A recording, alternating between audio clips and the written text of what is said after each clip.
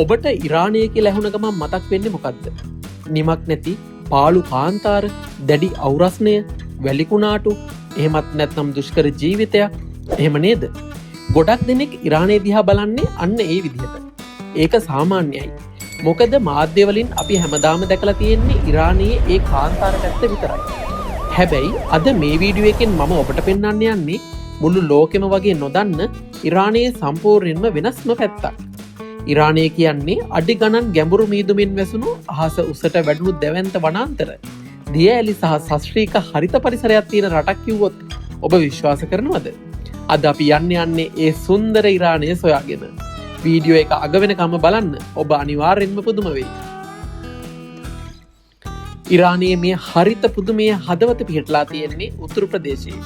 හරියටම කැස්පියන් මුහුද සහ ඇල්බර්ස් කඳු වැටිය අතරමැද්දේ.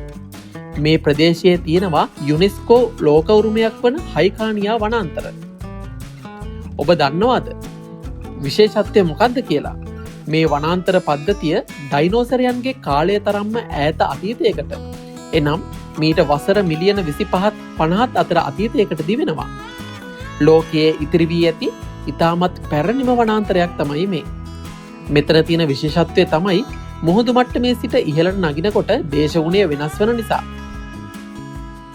මෙහි ඇති ගස් සහ ශාක පද්ධති ඉතාමත් සශ්‍රීකව වැඩෙනවා.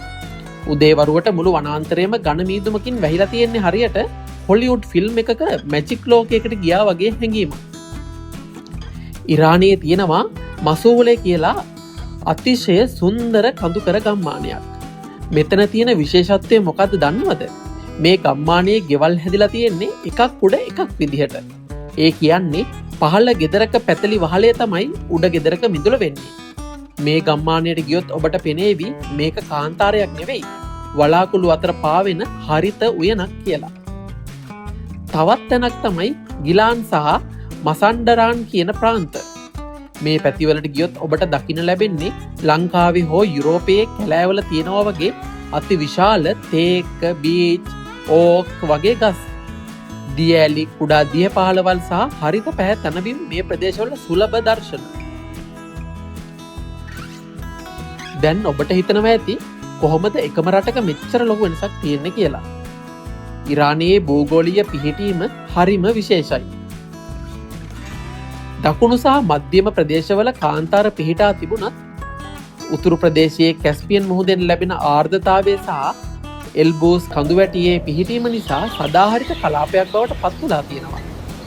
ඒ කියන්නේ පැය කිහිපයක වාහන ගමනකින් ඔබට වියලි කාන්තාරයක සිට ලෝකයේ තවත් හරිතවත්ම කැලෑවකට ළඟා වෙන්න පුළුවන්. ඒක ඇත්තටම සොබාදහමේ අපූර්ව අරුමයක්.